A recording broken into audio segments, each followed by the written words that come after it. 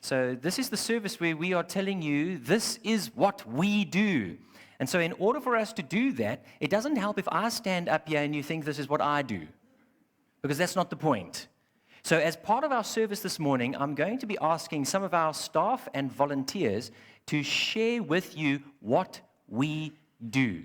And so firstly, I'm going to ask that Pastor Solly Bendrau comes up. He oversees our pastoral visitation. And I'm going to ask that Solly come up to share with you the visitation portfolio. Solly, let me get you a microphone. Your Portuguese voice won't be loud enough for the people overseas to hear. Good morning, everybody. In our care ministry here at St. Mark's, we are given the opportunity to serve you, our members, as well as people from our greater PE community. When some of you, your families, or others that come to our attention are ill or have to go into hospital, we then make every effort possible to visit and to pray with them. We will often follow up after their hospital visits with visits or calls at home for as long as it is needed. We also have some members who, for various reasons, are no longer able to attend church on a Sunday, and so we will visit or call on them from time to time to encourage them, to pray with them, and as well, when asked, to share in the Lord's communion. We would like to encourage all of you here today to keep on alerting us to people in such circumstances so that we may be able to serve them, because that is what we do. Next year, we are planning to equip more of you as pastoral workers from our congregation so that we may be able to serve an even wider circle of people. In the last 18 months, we have been able to visit or call on at least 225 people and families. Of those 225 people, we are still currently visiting or calling on 88 at least once a month or more often when required. Here's a number that puts this whole ministry into perspective. In that same period of 18 months, we have called or visited those 225 people altogether 2,771 times, because this is what we do. Here are some examples of visitations of people or to people not from our congregation. First of all, we speak of Vic Meyer. Somebody alerted us to his plight in June of this year. He'd been in hospital already at the time for over 5 weeks, and he was in isolation because he had contracted a very rare strain of pneumonia. He has now been home since the end of July, recovering well. He has improved significantly enough to be back at his business during mornings only. We continue to visit him, to encourage him, and to counsel him. And his wife, Deline, you might remember, wrote a letter to us in thanks. And you may remember seeing it in the September edition of The Voice. Then we remind you of Mpho Moletsane. His mother, Nontombeko, had come to be with Mpho, and as he had suffered some seizures and had unfortunately drifted into a coma in April of last year, 2017. She stopped at our church one Sunday morning, and she was looking for a place to worship our Lord.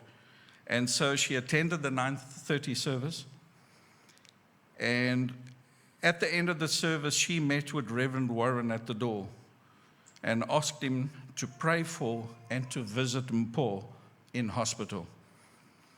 Paul had a prolonged hospital stay. He was then sent to Aurora for a time to recover. Unexpectedly, however, he suffered some more seizures and was hospitalized again. He was later able to return to Aurora and eventually went home 8 months later, at the end of last year. In March of this year, he went back to work and is now able to drive his own car. In just under 1 year, we were in contact with Paul, just short of 50 times. And then you may remember the name baby Anouk Stradum. Little 3-year-old Anouk was admitted into hospital at the end of September of this year with a very rare strain of pneumonia as well. And it was a strain that was resistant to most antibiotics. And unfortunately, at the time, she also contracted septicemia. The family lives in PE, but her dad works in Iraq, and that obviously complicated issues for the family, and it wasn't easy at all. Little Anouk is back home now. We are happy to report, and her lungs, praise God, are 100% clear. But she'll still be undergoing some tests for some time because of a suspected but not confirmed autoimmune condition. So we ask you that you keep on praying for her and for the family. We have remained in contact with the mom, and we keep the family in prayer, and we'll follow up on her progress and keep you updated. Karina Erasmus contracted pancreatic cancer in 2017. We became aware of her situation in January of this year and started visiting her at the family home in Dispatch every Wednesday morning. During those visits, we often ministered to her the previous Sunday sermon. Her mom, Charmaine, has recently been diagnosed with cancer as well. So lately, the visit has become a joint one. Karina is often to be hospitalized at the oncology unit in Livingston, and we have always visited there as well. Altogether, we've been in contact with Karina in excess of 60 times since January of this year. But of course, we have also visited many of our own members and our congregants at home, in hospitals, in frail care centers, or retirement villages and institutions. And it was during one of those visits recently to a couple that has been in membership since 1992 that we got the idea of what we're about to do right now. Maureen and Hilton Smith welcome us into their home once a month. And it was during our last visit in November that they proudly showed us their St. Mark's membership certificate presented to them in 1992, over 26 years ago. So it is with great pleasure that we would like to call on Maureen. Hilton, unfortunately, could not be here today, to come forward and receive a new St. Mark's membership certificate, dated 1992, in recognition of your faithful service to our church and its congregation. Maureen, will you please come forward?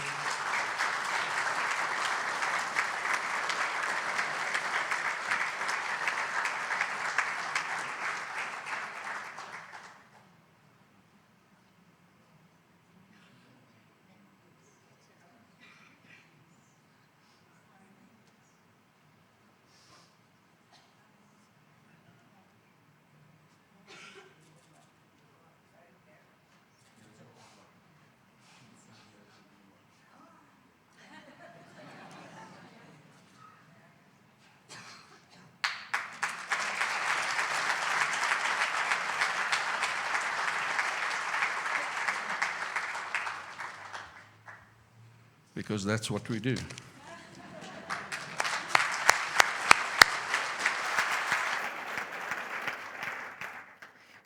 So Solly did not tell Mrs. Smith that that was what he was going to do. So it caught her by surprise. Solly, thank you for the incredible work that you do on behalf of our congregation and on our ministry. And I want to highlight that the majority of those visits are to non-members. And the majority of those visits are for free. Hey, Solly? All of them. Just checking. I'm just checking. We never charge for any hospital visits, for any home visits, because this is what we do. And we have been doing it since 1992. That even rhymes, I'm just saying. As part of our outreach, it's not just hospital and home visitation in keeping contact, but it is also equipping our congregation. And so I'm going to ask Sandy, who heads up our counseling department, to please come and share some of our counseling news with you. Thank you, Sandy. Thank you very much. We have been instructed in Scripture to basically bear one another's burdens, to be there for each other, to keep each other in prayer, to uphold each other. And therefore, when a fellow believer is down or feeling disturbed in any way, we are there to pick them up. So this year alone, we have had over 450 counseling sessions between us, and that incorporates a lot of the learners in the school. We have an open door policy. The learners can come in, they can talk about their difficulties, and we've had a beautiful opportunity to share the gospel with them. We embarked on a course called the Counseling Training Program, and that was at the beginning of last year. We have 2 groups that are running now, and the CTP, Counseling Training Program, this morning will be receiving their certificates. The first group of graduates who have gone through a year program. It is a 2-hour lecture, 12 times a year. So it's once a month that they come in for live lectures, and they are put through quite a lot. They've got to work through case studies, and it is very much hands-on interaction, learning, discovering, and the most important thing that they learn is that they need to become good listeners. So the second group will be graduating in May this coming year, 2019, and we are starting a third group, and you are all invited to join the orientation, which will be held at the end of January. It'll be included in the bulletin and in the voice. You will have an opportunity to join in if you would like to. There are people who want to do the course merely as observers. There are no requirements. There's no assignments that need to be completed. They come along, they observe, and they learn. And then there are those that want to receive a certificate, who want to get involved in a sense of being able to have people referred to them from the church. That will lighten our burden just a little bit more, which is greatly appreciated. And then we have those who are not just observing, but they want to come along personally because they believe that it will benefit them. Instead of coming to a one-on-one counseling session, they can receive a tremendous amount of information just by being there and gaining that info. Now, the important thing for you to know is we do not do this for any gain whatsoever, except to equip people so that they can go out there and be a blessing to others.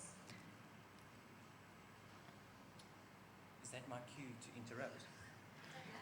He loves telling people. Telling people what?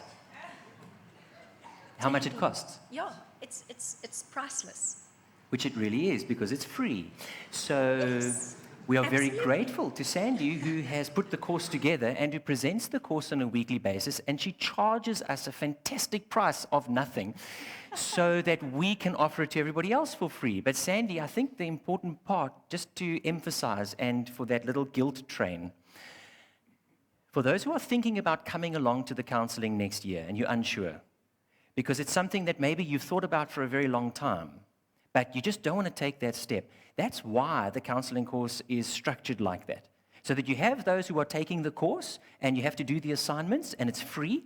And then you have those who are observing. So you come along, no assignments, you get the notes, you sit, you listen, you can interact if you want to, but that one is free. And then the important part of it, and this is the little guilt train, there are a lot of our congregants who are already counseling, but they are doing so in an informal way. So often, if you are the person that other people come to ask for advice, guess what you're doing? If you're a hairdresser, guess what cutting hair is actually your sideline job. That's like, it's not your main thing that you do. Because any woman who sits in a hairdresser's chair, Not just women. mostly women, they start talking to their hairdresser. Wait, I'm gonna throw this net wide. Oh, Nails. oh yeah. Oh that yeah, too. you see, oh yeah. If you go and have your nails done, the person who's doing your nails is a counselor, and then on the sideline she does nails. There are a lot of people, and I said this in the 8 o'clock, and I just have to say it again, bartenders as well. So, How do you know that? because I've been told. There are a lot of people who already fill that role. And if you are in a position like that, the opportunity to equip yourself to be able to help others is there, so that you can help them Yeah. in a better way, and then that you can help us to help more, because this is what we do. This is it. So Sandy, it is with great pleasure, a lot of hard work, blood, sweat, and tears that these people have put in, because Sandy puts them through their paces. Now I'm scaring everybody off the... Remember, you can observe. No, I'm kidding. It's not like that at all. And so, Sandy, would you like to call up those who are graduating for the very first of our counseling program that has run over the last year, and it is with great excitement that we get to do this in the service this morning. Fantastic. I'm going to call on Solly Bendrau, who has completed the course very conscientiously. A warm round of applause.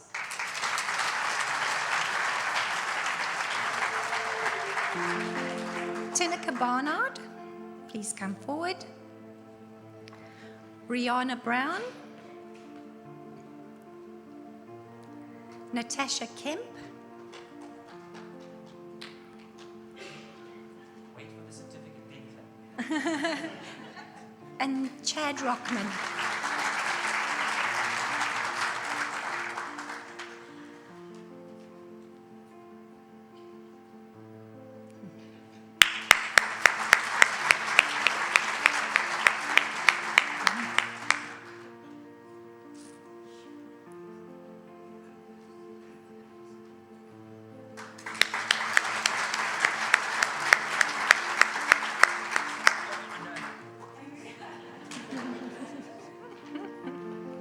I know Natasha's a hugger. Chad, you're going to have to get a hug as well. No, I'm kidding. It's fine. Well done, Chad. Congratulations. Thank you very much, Sandy. And you can give Sandy a round of applause as well. For those who came up and received those certificates, they are very grateful, Sandy, for your input. So thank you very, very, very much.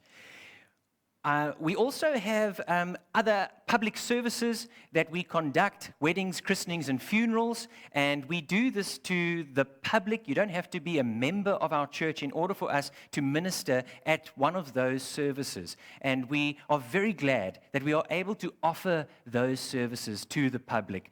In this last year, we have conducted 119, is that right, Sean? 119 weddings this year. We have some photographs of some of the weddings that have been conducted. If we have a look, these folks that got conducted, their wedding was in Kirkwood, and I had a wedding at 3 o'clock in the afternoon here in PE, and their wedding was at 5 o'clock in Kirkwood. Just do the maths there. And the reason was because they could not find another minister who was willing to do it, that would travel to go. And even though we were booked already, we said, it's fine, we'll do it. And I got there on time, thankfully. Without any, oh, thank you. But you need to applaud the next one. Without any fines, Bruce, without any fines. We also conducted 111 christenings this year. So after the services, we have christenings in the chapel, sometimes in the church, and 111 christenings have been conducted. Most of those are not your children, because we are not having that many children here at St. Mark's. So again, it is a public service that we offer, and how beautiful it is to be able to assist parents to make that commitment to raise their children in a godly way. And we are very, very blessed to be able to do that. We have also conducted 104 funerals and interments this year, the majority of those to non-members of our church, because this is what we do. And we do this because of you as our congregants who enable this to happen. I want to share with you just very briefly a recap from last week in case you forgot. Or in case you weren't here, then you're forgiven if you forgot. Last week, we looked at a scarcity mindset versus a generosity mindset. The scarcity mindset is all about consuming. It's about getting and then using what you get. The scarcity mindset leads to fear because you're always worried that there's not going to be enough. And no matter how much you have, you end up thinking, I need more, and I don't have enough. The generosity mindset, instead of looking at it and saying, I don't have enough, I need more, the generosity mindset says, thank you for what I have. And how can I use this, Lord, to your honor and to your glory? It is a beautiful, beautiful way of being able to say that I am content. And when you participate in that generosity mindset, when you give of your life, you are part of I am we.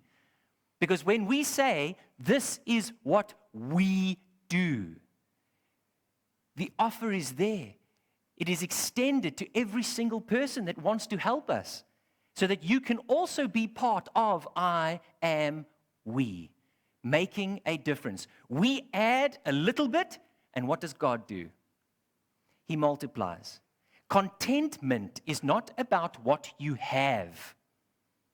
Contentment is how you think about what you have.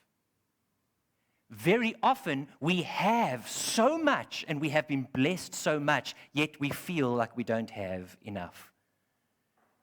A generosity mindset, godliness with contentment says, Lord, thank you for what you have given, for how you have blessed me.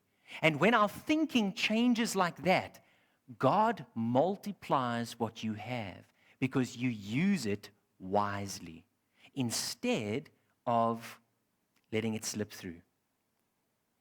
So I take a Bible reading from 1 Timothy chapter 6. 1 Timothy chapter 6, it says, now godliness with contentment is great gain. For we brought nothing into this world, and it is certain we can carry nothing out. That's just the truth right there. And having food and clothing, with these we shall be content. How beautiful to be able to say, Lord, thank you for the food and the clothing that you have given me, and I'm content with that. It's a beautiful place to be within your life.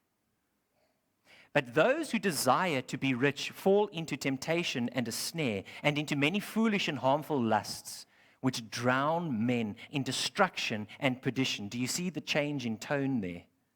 We've just gone from godliness with contentment, which is great gain, and it's beautiful. And then we get to this verse, and it's speaking about those are going to fall into temptation and a snare, very negative words, into foolish and harmful lusts, negative, that drown men in destruction and perdition. It's terrible what's being said there. And all of that is caused by what? By wanting more. By having a scarcity mindset, by thinking that I don't have enough and always wanting more. That's where it ends up. That's what the Bible tells us. But verse 10 says, for the love of money is a root of all kinds of evil. for which some have strayed from the faith in their greediness and have pierced themselves through with many sorrows. We don't want to be there. We don't ever want to be in that place. We would much rather have the godliness with contentment. And so Philippians chapter 4, verse 19, Philippians 4:19 says, "And my God shall supply your Lamborghini according to his riches in glory by Christ Jesus." I thought about it. What would you do if that verse actually said that? What would you do if it said, God will supply your Lamborghini? For those of you who don't like fast cars, you can choose something else. God will supply it according to his riches. Do you know what it might do? It might cause you to be a whole lot more godly. Don't you think? If you knew, if I was just godly in my thinking, God's going to give me a Lamborghini, how many people would be godly? You just need one or two people to get the Lamborghini, and all of a sudden they're queuing up in the godliness queue. Oh, I'm not doing anything wrong, Lord. I'm being very good. I'm changing my thinking. I'm not scarcity mindset, no generosity mindset. Where's that Lamborghini? What does it say? My God will supply your needs. And because needs are not as glamorous as a Lamborghini, then we don't really believe the verse. If it was a Lamborghini, would you believe it? God will supply your needs. Trust him. Put God first. One of the things that we are able to do because you have put God first is we have invested quite heavily into our live stream equipment so that we are able to stream our services all over the world. Not only all over the world, but even to DSPs that we're going to be speaking about in a short while. I have some stats of the views on our YouTube channel. So in the last 28 days, we've had 2,019 views. So 2,019 of our sermons and presentations have been viewed in the last 28 days, mostly by people outside of our congregation. For this year, we have had 20,245 views. Not minutes, because the sermons are really long, just views. Numbers of people who have watched those services. When you sit in church on a Sunday morning, you might not be thinking about those 20,000 times that the services are being viewed. But this is what we do on a weekly basis.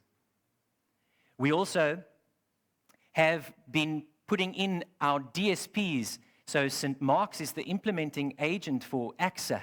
And AXA is one of the organizations that Jeff has funded to allow us to do this. And I can say this now, Jeff, because you're not here.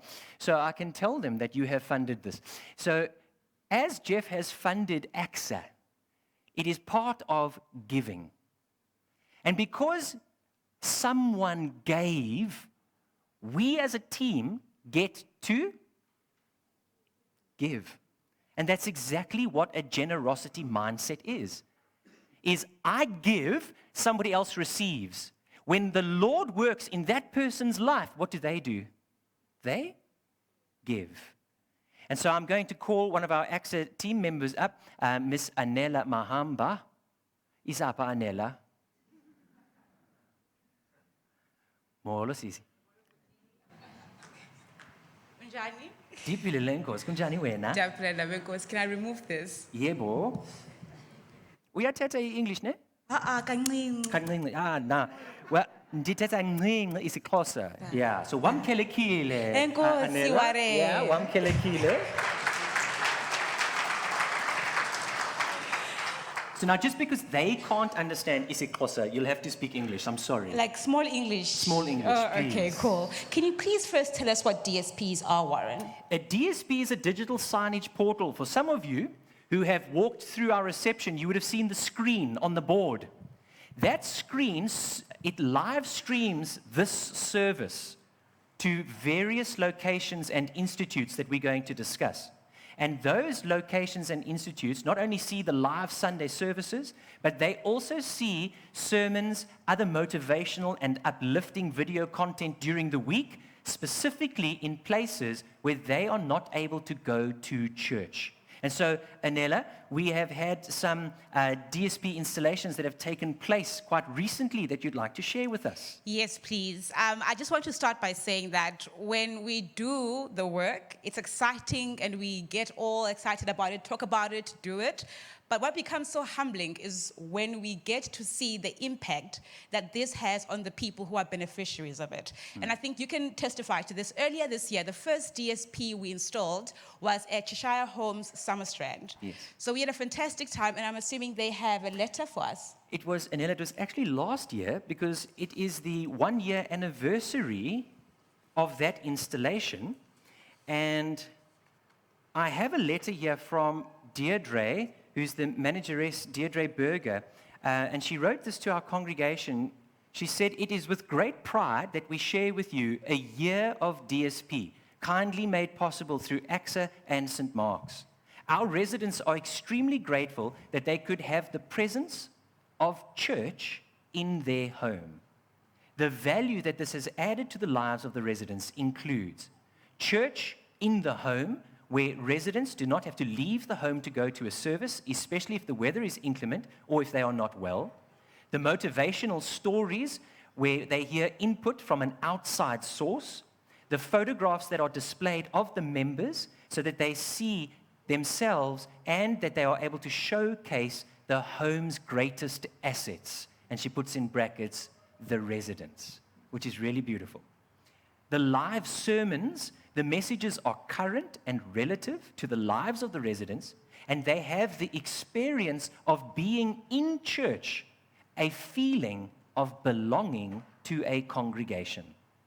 Having made friends who truly care about the purpose of what we do and who want to bring God into our home on a different level. We thank you kindly for this exceptional gesture and wish you and the members of the congregation and the AXA team a blessed Christmas and a prosperous new year. So thank you very much, Deirdre, for that beautiful letter. And as part of our service this morning, we have some of our church volunteers who are down at Cheshire Homes, and they have taken a video of some of the residents who are sitting watching the DSP. And so I'm going to ask that we view that video that was taken just a short while ago. 2, 3.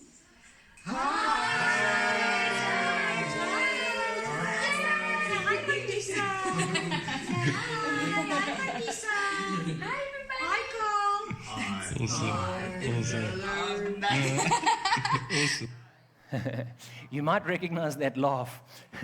It belongs to Sasha Lee van Heerden. And you would have seen Sasha and her sister Anzia.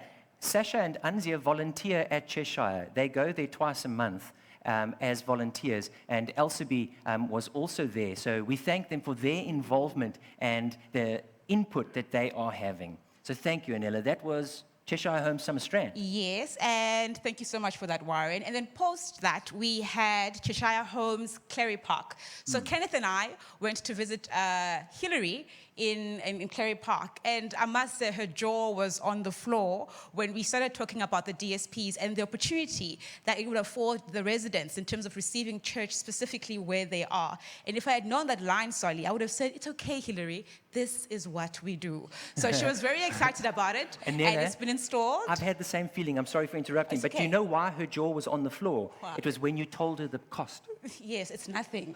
Exactly. It was like zero, and It's she kept for saying, free. And that's the whole point. and they loved That's it. the catch. It's been installed, and hi guys, they can screen live stream literally from the church, and like you were saying, also have access to other videos and clips that they find useful on a daily basis. Now, The other place we've had the opportunity of installing the DSP at is St. John's Stella John's Lawn. Stella Lawn. Fantastic. So this has been our recent project.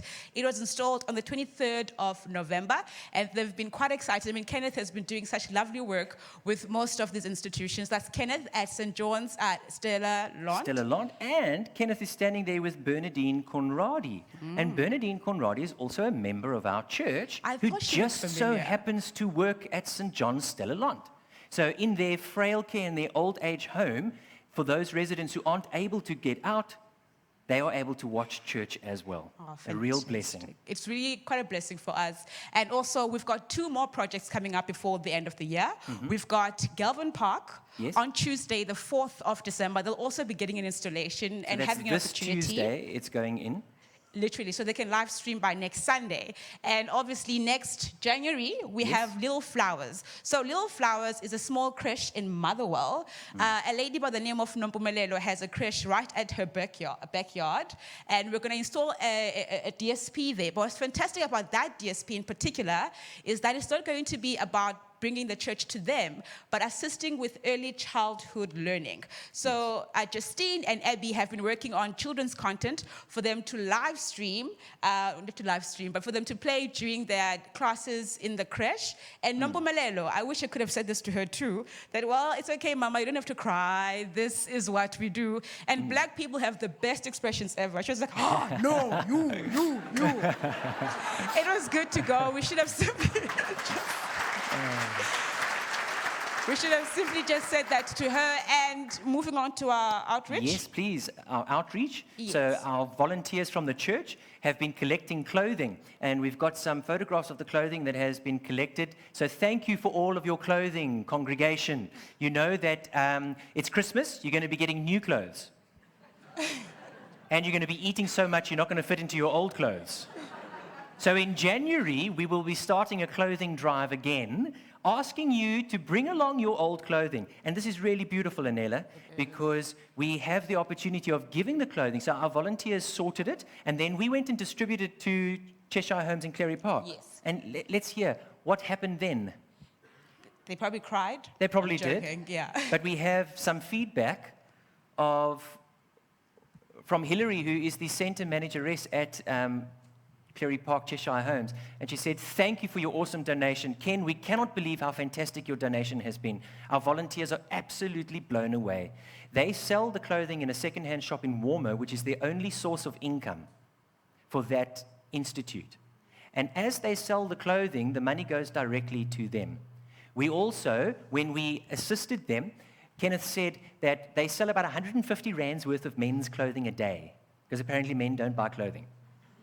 So on the day that we gave the clothing from you, our congregation, they sold over 1,000 rands worth of men's clothing on that day alone. So it is making a difference. So thank you. And then Sinatemba? Sinatemba Creche. So Yes. earlier this year, the Herald had a sad article beginning of the year on the 2nd of January where a creche in Motherwell burnt down. The name of the creche is Sinatemba, and it was so fortunate for us to have come across that article because from that, we were able to meet with Sinatemba and build a new creche for them, literally from scratch. I'm sure you guys have read this on The Voice. The creche was built from scratch in a space of 6 weeks. Yep. And now it can accommodate over 100 young children from the community. So they've really, really been so grateful for the work. They call us continuously, text us to tell us what's going on, invite us to their various events. That way we continue being a part of the creche. So it's been such an impactful project for this year. And also Little Flowers as well. And Debonair's, special mention to Debonair's. Like what we do plays a critical part because it's a collective platform. And we've had Fabienne, who is a member of the church, yes, who is who works for Debonair's, and what they've offered for Clary Park, Cheshire Homes Clary Park, are flatbreads, I should call them, flatbreads, which they donate on a weekly basis every Thursday on time, never missing a day, to Cheshire Homes Clary Park. So Debonair's has played a critical part, always excited to work with us, even on further projects which speak to the scope of that CSR project. So we're still very grateful for that, but of course, this is what we do. So thank you. Thank you very much, Anela.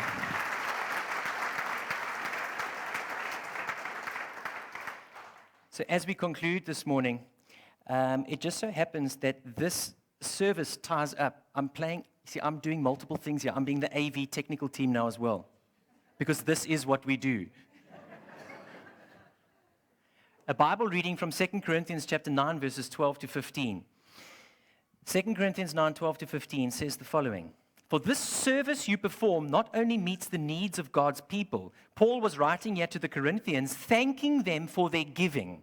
And he says it not only meets the needs of God's people, but it also produces an outpouring of gratitude to God. Nompumelelo, that reaction. That is the gratitude. When we rebuilt Sinatemba Creche, the most touching part of that story was when all of the children and the teachers went outside and the community, and they started singing praises to God. That verse says, thank you. Thank you for giving. Because not only does it meet the needs of those who have, but it causes them to thank God. The verse continues and it says, and because of the proof which this service of yours brings, many will give glory to God for your loyalty to the gospel of Christ, which you profess, and for your generosity in sharing with them and everyone else. And so with deep affection, they will pray for you because of the extraordinary grace that God has shown you. Thanks be to God for his unspeakable gift.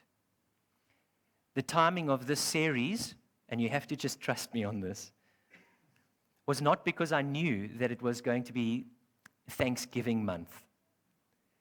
We started the series before, and I said to Sandy and to Justine and the rest of the ministry team, I said, wow, look at that. It's also going to be the first Sunday of Thanksgiving. And my challenge to each and every one of us this year, my challenge, don't just plan to consume. If you want something, you plan, don't you? You want a new phone, you want a new something, a new car, a new house, you want a new island, whatever it is that you want, you plan. How am I going to get it? What do I need to do in order to get that? You've got this huge plan so that you can consume, so that you can feed your scarcity mindset. And my challenge to each of us, let's plan to give. Let's put thought not just into consuming, but let's think about what can I do because God truly has blessed me. And plan and think like that.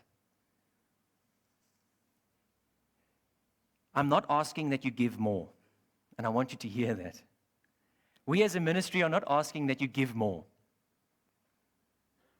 The thing is, you are going to give. I know that. I know. And we are incredibly grateful because it allows us to do what we do. But what I am asking is that you give more. I'm asking that you give more purposefully. I'm asking that you give more cheerfully. And I'm asking that you give more generously. And it has nothing to do with the amount. The old lady who went to the temple and threw in her small little coins. And the Lord said, and then the rich man came and threw in a whole lot, and he asked his disciples, who gave more? And the answer was, the old lady, because she gave what she had.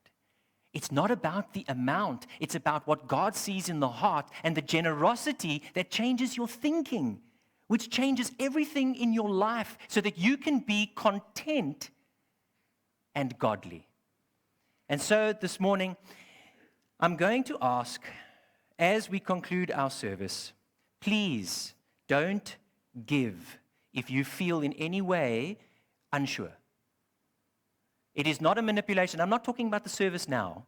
I'm talking about Thanksgiving month. I'm talking about planning to give. I'm saying don't give if you feel like, oh, I feel uncomfortable. No, it's not right. No, why are they doing this? Don't give. Rather, go and speak to the Lord and ask Him. Because if you feel that you don't want to give, it is an incredible opportunity for you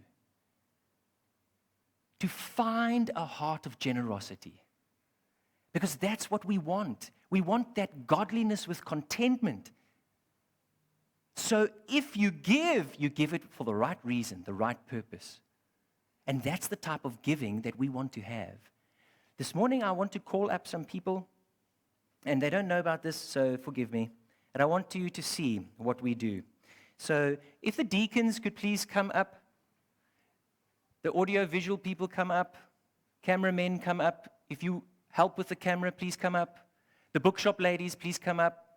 The tea ladies, please come up. The hospitality ladies. Home group leaders, please come up. Worship team, please come up. Social outreach volunteers, please come up. Social outreach volunteers. Any of our St. Mark's staff, please come up. Any of our AXA team, please come up.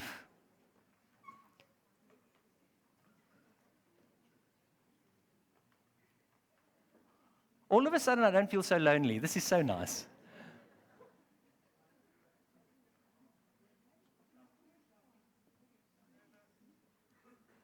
I had no idea if everybody was going to fit, which was going to be a great problem.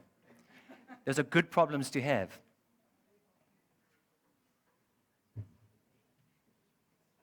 I want you to see this morning, this is what it takes. So we get to say, this is what we do. That was fantastic. We didn't even rehearse it. Well done. This is what we do. This is what makes all of what we've discussed, and there's so much more that we haven't had time to share with you. This is the ministry of giving. And you form a part of that in your presence here and in your giving. And we are looking forward to 2019. Imagine at the end of 2019, and I say, would all of the volunteers please come up? And the pews are empty. Wouldn't that be great? Because you know what that means? We are doing so much more, so that more praises can be given to God for the work that He has done. I'm going to ask that you please stand as we conclude in prayer.